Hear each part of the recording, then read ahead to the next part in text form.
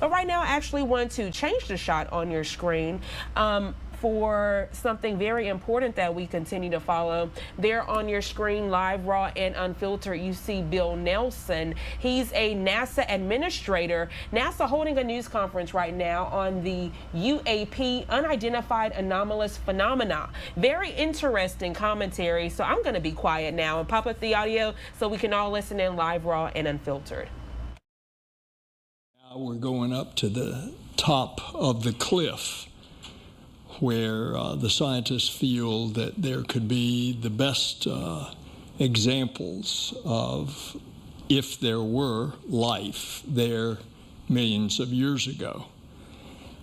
Whether we're dealing with Perseverance or the James Webb Space Telescope, which searches for exoplanets with signs of habitability, we are looking for signs of life, past and present. And it's in our DNA to explore and to ask why things are the way they are. In June of last year, NASA commissioned an independent study team to examine unidentified anomalous phenomena. We did so with a few goals in mind.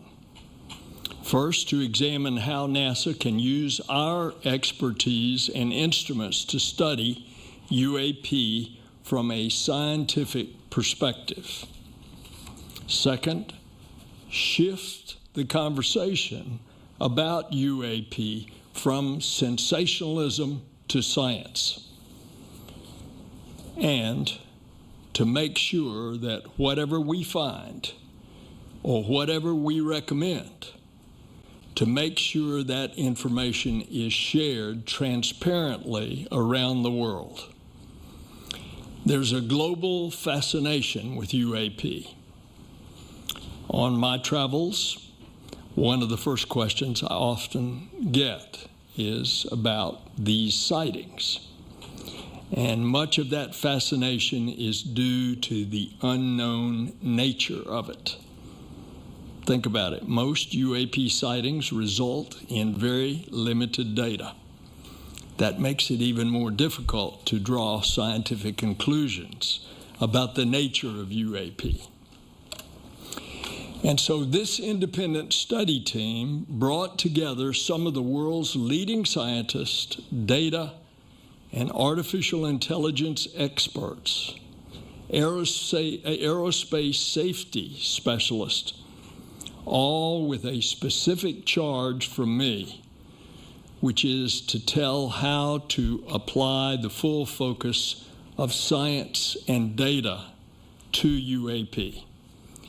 And this is the first time that NASA has taken concrete action to seriously look into UAP.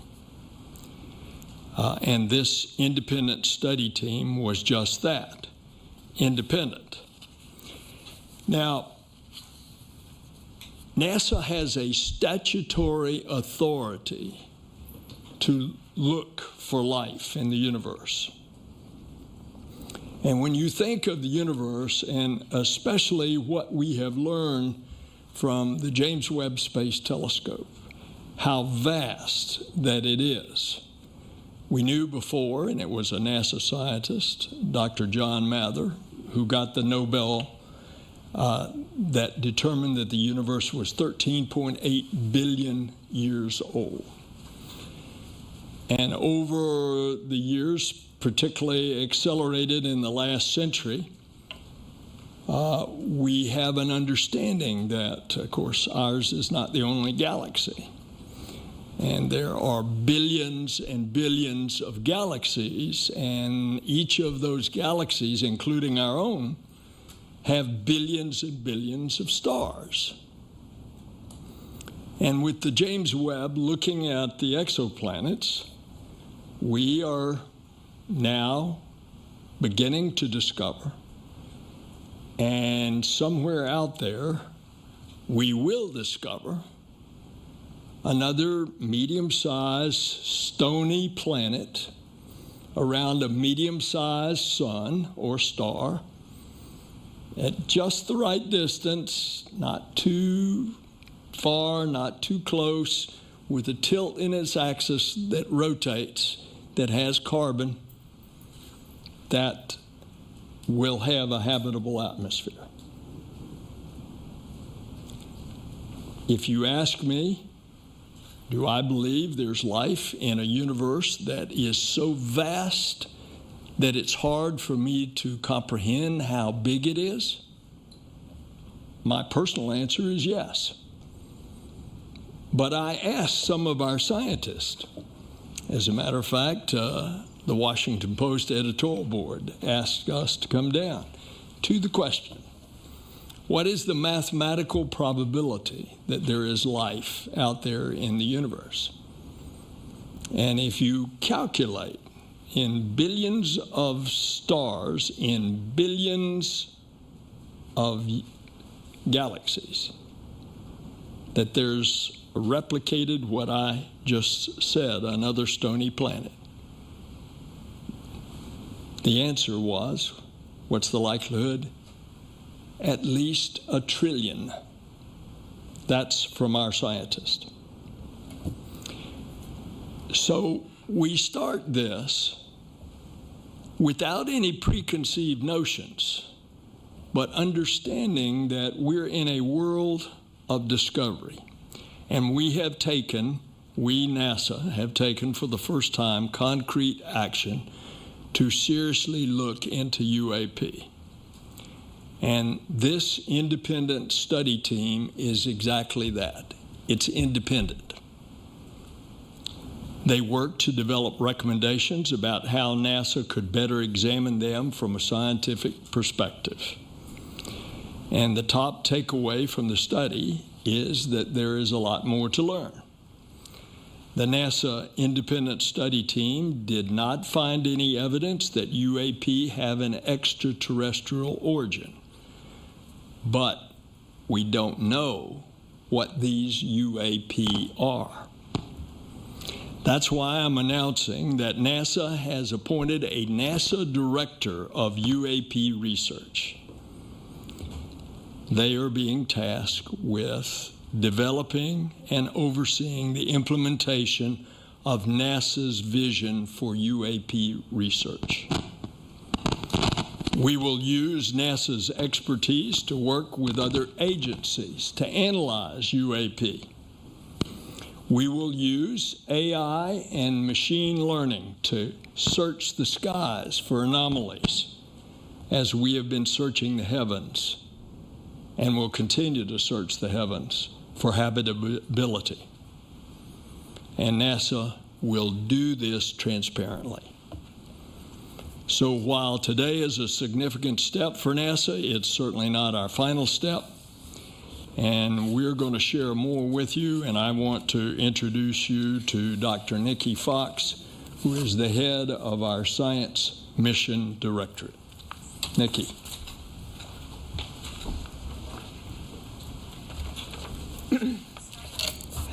Good morning, and thank you so much, Administrator Nelson. It's always tough to follow Bill. He's such a great speaker. But I want to thank the independent study team for their amazing service on the study and for their continued contributions towards the advancement of our nation's understanding of unidentified anomalous phenomena. UAP, as Bill just eloquently said, UAP are one of our planet's greatest mysteries, and it's really due to the limited number of high-quality data that surrounds such incidents and often renders them unidentifiable. While there are numerous eyewitness accounts and visuals associated with UAP, they're not consistent, they're not detailed, and they're not curated observations that can be used to make definitive scientific conclusions about the nature and the origin of UAP. The language of scientists is data, and data points towards a scientific conclusion to what the nature and the origin of UAP could be. That leads us to why we're here today. The independent study team's report is now public, and it can be found at science.nasa.gov/UAP. While NASA is still working to evaluate the report and to assess the independent study team's findings and recommendations, NASA is committed to immediately contributing to the federal government's unified UAP effort, and as you heard, we have appointed a director of UAP research. In their role, they will centralize communications, resources, and data analytical capabilities across the federal government to establish a robust database for the evaluation of any future data. Additionally, our Director of UAP Research will also leverage NASA's expertise in artificial intelligence, machine learning, and space-based observation tools that will support and enhance the broader government initiative into UAP. They will serve as NASA's point of contact for government entities, but especially for the All-Domain Anomaly Resolution Office, or AARO. And this will ensure our coordinated efforts and effective communication channels. Beyond our Director of UAP Research, NASA will also advance citizen reporting by working with the public and commercial pilots to collect a broader set of data to add to the vast data repositories to not only contribute to a broader, more reliable data set for future UAP incidents, but to also contribute to the destigmatization of the important study of UAPs. And with that, it is my great pleasure to hand over to Dr. Dan Evans, who is the NASA official responsible for supporting this amazing study.